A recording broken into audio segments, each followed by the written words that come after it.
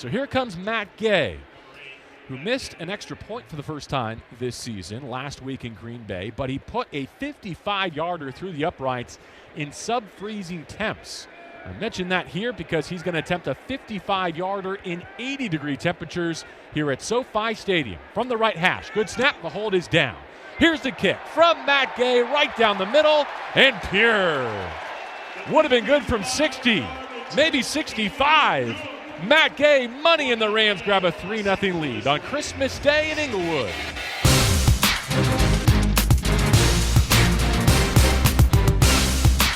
Hello, everyone, and welcome to a special edition of Rams Revealed. I'm your host, JB Long, and for the second time in this show's history, we are joined by Matt Gay on a Victory Monday from the Rams facility here in Thousand Oaks, an episode unlike any other, in part because we both just found out about 4 minutes ago that we'd be having this conversation. But here's the reason why. It's because it's a Victory Monday, and you're not supposed to be here. It's a day off, and so is tomorrow. Sean McVay said, see you Wednesday. See you Wednesday. So what are you doing here? Feeling a little sore, so I'm coming in, get a little lift in, flush the legs, get some treatment, maybe sauna, cold tub. I'm sure you're not the only one. What did it feel like to hear your head coach, though, in a Christmas locker room say, enjoy some days off? Well, actually, a kind of funny story about this. Tyler Higbee broke us down after he gave him the game ball for breaking the franchise records on pretty much every category. Mm-hmm.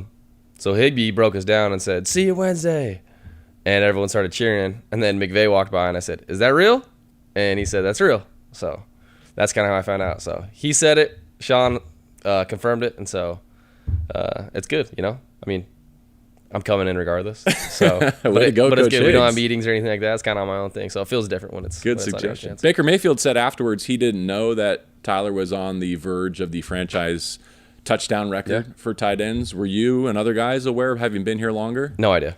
Really? Yeah, zero idea. Yeah, it's awesome. He's the top receiving player at his position for catches, yards, and now touchdowns. So. It's amazing. It's unreal. I mean, watching him from afar, what he's battled through. Oh, yeah. That was a cool game for him yesterday.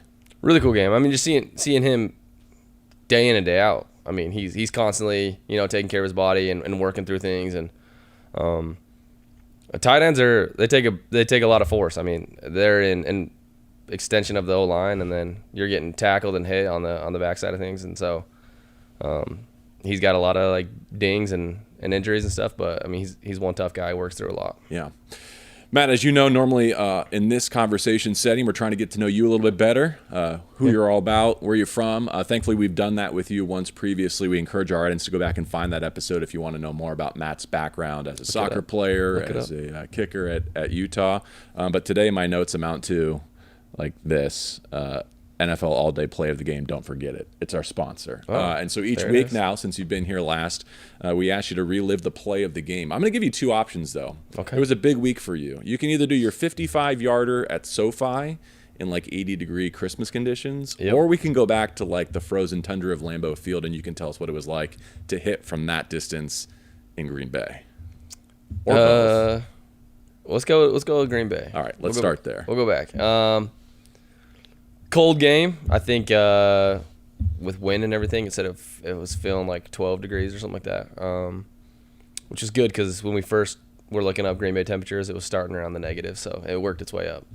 But just getting out there pregame, when it's cold like that, the ball's frozen. It doesn't compress. It doesn't pop off your foot at all, and so it's kind of just like slapping a rock. But it was good getting out of the pregame. I mean, I was hitting a pretty good pregame. Actually, right before we went out for that kick, they kind of asked me and said, hey, are you good from here? Who asked? Word comes down through the mics, special teams coordinator, hey, are you good? And I said, yeah, I'm good. Let's go. What was the number in your mind, like based off your pregame warm-up and the conditions? Pregame warm-ups, it was right around there. I mean, I hit from 60 going the other direction. Okay. But going that way, the wind was kind of in our face a little bit. If you watch the clip back, I run out on the field, I grab some grass and throw it up, and my head just goes, because it flew right behind me. So I knew I had to put a little juice on it, and snap, hold, everything was good, it was clean. The guys up front protected for me and was able to get after it a little bit and hit it clean. So on the golf course, you get a reaction like that from your grass toss. You're clubbing up 1 or 2 probably. Clubbing up 1 or 2. Yep. You said slapping a rock, I think was your description. I love that. What did it feel like when toe actually met leather in the moment? It kind of black out in those moments. Honestly, don't remember a whole lot. You see the ball, and then you kind of you're all of a sudden you're looking up and seeing where it's going. In a game like that, I mean, you got warmers on the sideline and things like that, but when you're out there kicking a bunch, honestly your foot kind of goes a little numb. Ball's hard, and so the day after the game, I think it was the first time ever. The day after the game, my foot kind of felt a little sore. And I think it was just because it was numb and I was kicking so many balls. Right. But the day after, it was like the first time my foot's ever kind of felt that You're way. not running around for 60 snaps over the course of that game and staying sweaty and warm. You're bundled up. I'm bundled up on those heated benches, and I'm hanging out over there. So it's kind of a fine line of like staying warm, but also you got to get up and move the muscles around and stay warm in that sense. So, but you get cold pretty quick standing up and just hanging out. That unfortunately was in a loss, but sandwiched between 2 triumphant wins at SoFi Stadium, the Thursday night thriller against the Raiders yesterday, Christmas Day win over the Broncos in blowout fashion. Let's talk about each of those and what it was like to observe your team, your franchise, go through those moments. It's been a hard season, but going back to that Thursday win against the Raiders, how magical to see Baker Mayfield walk in and the defense kind of rally around and play that performance. It's unbelievable. I mean, we're on a losing streak, injury after injury. I mean, morale can kind of get to you, and to just see the way things unfolded with Baker coming in 2 days before the game. From my understanding, it's not like it's an easy offense to learn. But Baker's a super smart guy, came in seamlessly, and they got to work with receivers. The day one watching him come out there and throw, you're like, okay, this guy can play. I mean, number overall pick. I mean, he can sling it. And so the connection with the receivers was on right away. But for him to be able to go in there and manage a game, get the play calls, get the timing right with the receivers, and ultimately 98-yard touchdown drive in a 2-minute fashion was unbelievable to break that losing streak as well. Sounds like you don't spend a whole lot of time in the offensive playbook. Probably not the best use of your time. Probably not the best use of my time, and definitely just goes around. I just get confused. If Sean did get in your headset and gave you his most complicated play call, what would your mind do hearing that, trying to relay that to a huddle? I'd probably turn it off. Just flip the switch. Because it'd be way too long. I'd probably just flick it off after a couple words. We're just gonna make this up.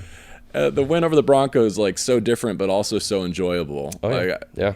In a season of some moral victories, to have two that you can really hang your hat on is cool. I walked out of SoFi thinking a few things. One, from a fan standpoint, think of how many hundreds of fans were there for the first time yesterday to experience that place and spent their holiday with us. What a memory that had to be. Yeah, what a Christmas day for those fans. And everyone's mood was just better because it was Christmas.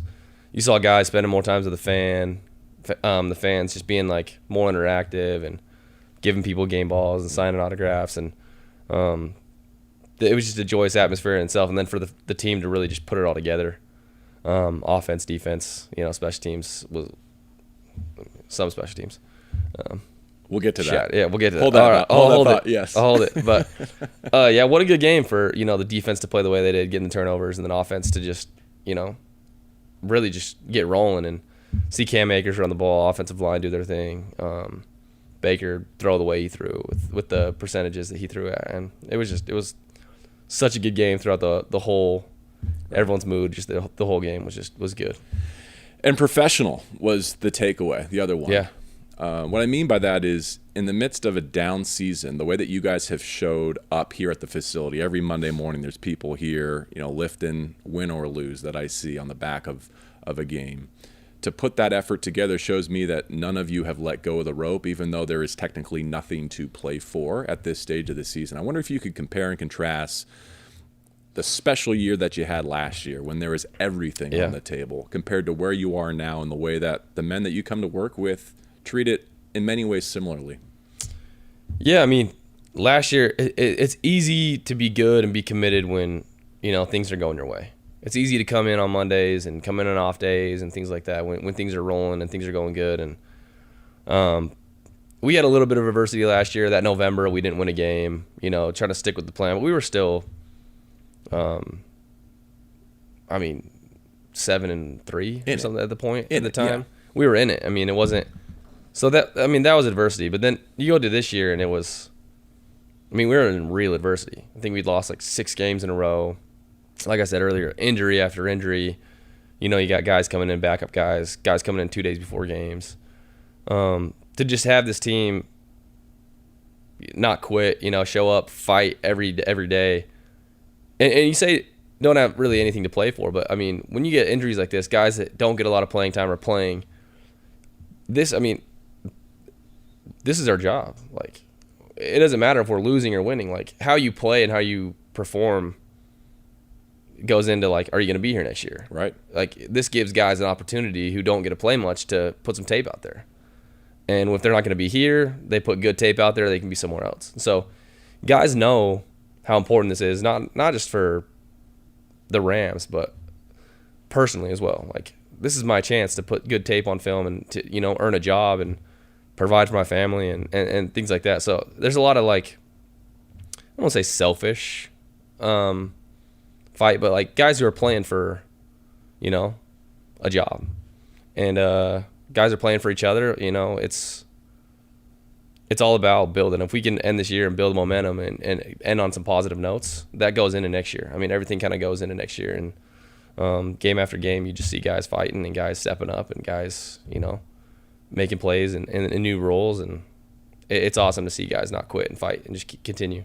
That's really well said. I mean, you play a kid's game for work. For work, yeah. And work is play and play is work, Yeah. but you take it seriously. And I think of someone like Kobe Durant, certainly. Oh, yeah. Laurel Murchison, like, you wouldn't have known Laurel before last week. I didn't. No. Yeah, no. But someone in the scouting department liked him coming out of the draft. Tennessee makes him available. Yeah. He goes out and gets a hat trick in his Rams debut. And now he's probably part of the 2023 plan if things go according to the unbelievable. plan. Yeah. It's wild. What about you? What about your future? Contract year for Matt Gay. Yes, sir. That's the good news. I mean, when you started this thing, you were new to kicking still. Yeah. You'd done it in college, but like to be a professional kicker, maybe a dream. Now it's a reality. Yeah. You belong. I belong. I feel like I'm still learning, still figuring things out. Still getting better, still improving. But yeah, I feel like I belong, and you know, I'm kind of just on the up, and obviously I have long-term goals and big things, but I mean, just year after year, just hey, I got another year. Mm-hmm. I got another year. I get to play another game. So just taking it step at a time, kick at a time, game at a time, and making sure that if I focus and do what I need to do in the short term, that the long term will take care of itself. Right. So coming out of college, you sign with, remind me, Tampa Bay, right? Yep. And then wind up in Indianapolis on the practice squad before you settle in full-time Yeah. with the Rams. So this is new territory, right? Going into an offseason where you and your representatives are going to have to get with members of the Rams organization, maybe others involved, Yeah. and plan out what your next step is. Mm-hmm. How far down the road are you in terms of how you're going to handle that? Down the road. I mean, I still got 2 games left to play. Mm-hmm.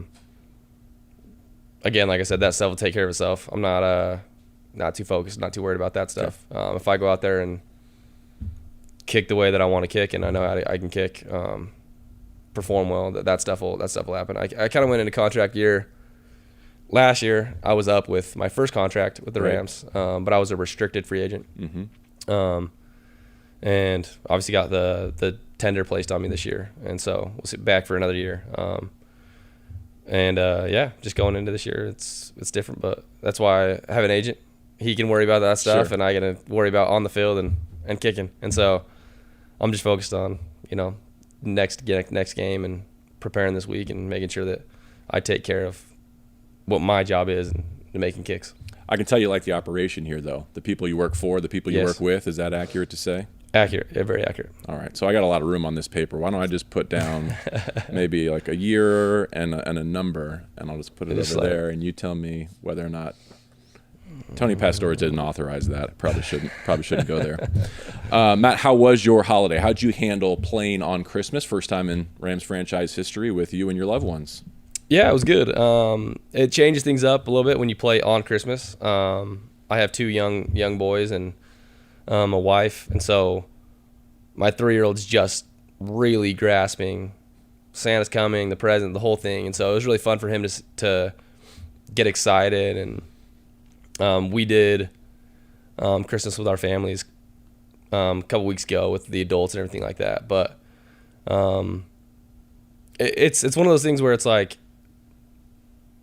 I'm very, very blessed to be in the NFL and have the opportunities I make and make the money that I do. But there's a sacrifice that comes with it. I mean, I wasn't with my kids on Christmas.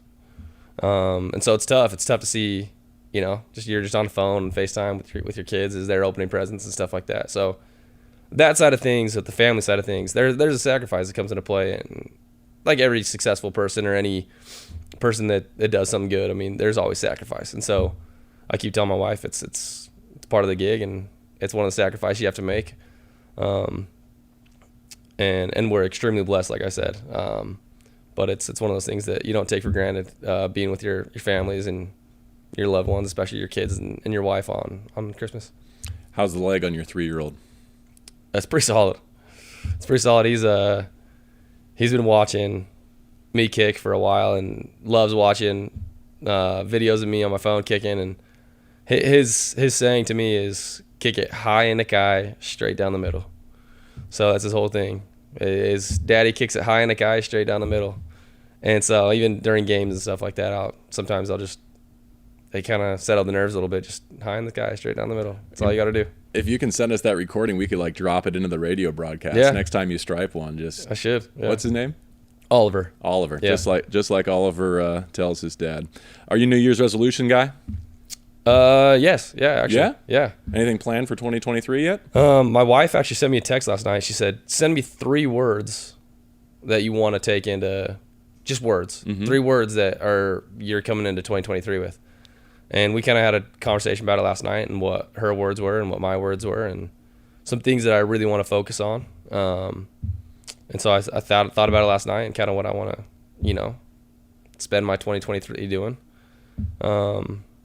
And a couple of the words were, one was health, just overall health, making sure that putting good foods in my body, making smarter decisions on that, taking care of mobility, things like this. I mean, in this business, my job is my body. I mean, that is my career, and making sure that I'm healthy and just not being careless about the foods and stuff that I eat.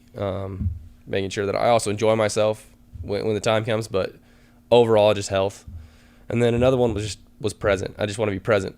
I want to be present when I'm in the season, when I'm here, and then when I'm with my family, with my wife, be present with her, be present with my kids, put the phone away, play with them.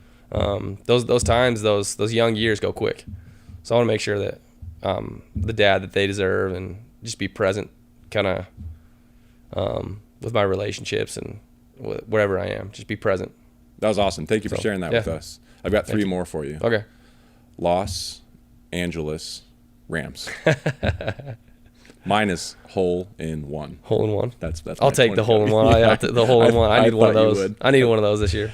We finish this show every week with a segment we call 3 and Out. The bit is I've got 3 closing questions for you, which I did have time to scribble down before you walked into the room. Thankfully, that was my priority. You can see where my head goes. If you get them all right, I'll make a donation to the LA Rams Foundation on your behalf. Good? Good. First question. What should Riley Dixon do with his game check from the Denver Broncos Sunday? Ooh. Because he didn't have to earn it, I guess, is kind of the premise of that question. That's free money right there. Free money. He had a week off. Week off. Thank you, Baker Mayfield and the offense. That's a special week. First time ever. For a punter. First time ever in his 7-year career not having to punt.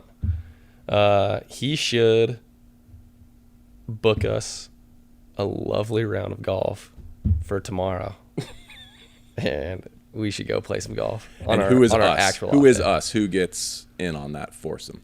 Our foursome this year has been me, Riley, Nick Scott, and then due to injury, it was Grant Haley or Jake Gervais. Now both of them are injured, so we need a 4th, JB.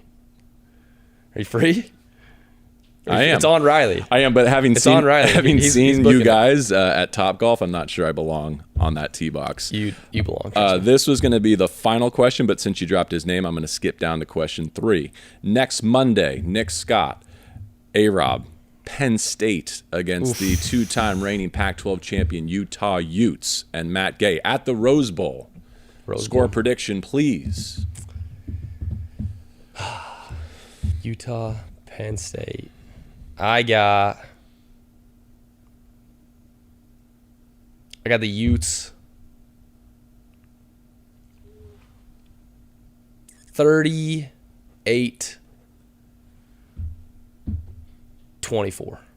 38-24. Go get him, Cam Rising. Go get him, Kyle Cam Rising. Whittingham. 38-24. No, you're a soccer guy, so we'll finish on this. It's a little bit late, of course. We barely missed the World Cup, but I'd love your breakdown of the event gone by, the final, wherever you want to take it. Put your soccer analyst hat on to round this episode out. It's broad. That's broad. You left it open. Well, I'm the only thing standing between you and your day off, 2 days off, maybe a golf round. So as long or short as you want, I've got nowhere to be. I thought it was the best World Cup that we've had, and we'll just go to the final. I mean, talk about championship games, just in sports. That's got to be one of the best, if not the best, championship games you can get. I mean, World Cup, only every 4 years. You got 4 billion people in the world watching. To see Messi finally get that World Cup, that he's going to solidify him in his career. But it was also kind of in my sense, it was kind of a cool moment to see, Mbappe do what he did. And almost kind of saying, like, Messi crowned his achievements, but it was kind of like a passing of the torch to Kylian Mbappe. Oh, really? You take it from here. I think what Mbappe did and what he showed, he's one of the next up to kind of get into that conversation. To be his 23 and already have the World Cup goals that he does, the World Cup that he has, it was amazing. And it's just to see Messi win it in that fashion, score a couple goals, and Argentina to do what they did. One of the best games I've ever watched. But yeah, just soccer's who I am at heart, and so it was really cool for me to watch, especially when I grew up watching Messi, just to see him do what he did. It was unbelievable. You get emotional. I was literally emotional watching the final because it's like, what more could you ask for? And then you get to a penalty shootout, and I don't know. It was one of those games. It's cool. Glad I really asked. Cool. Yeah. The day before, like 33-0 Vikings have like the biggest comeback in NFL history, and you're like, oh, that's spectacular. That was unreal. And then the next day you see it on the biggest stage in sports. Biggest stage, Messi and Mbappe going at it. So it was awesome. Matt, thank you for the ad-lib, for the audible, coming in here for an impromptu episode of Rams Revealed. Really enjoyable. 2 games to go this season, and hopefully many, many more in your Rams future. Thanks, JB. All right, Matt Gay, I'm JB Long. This has been Rams Revealed, presented by NFL All Day.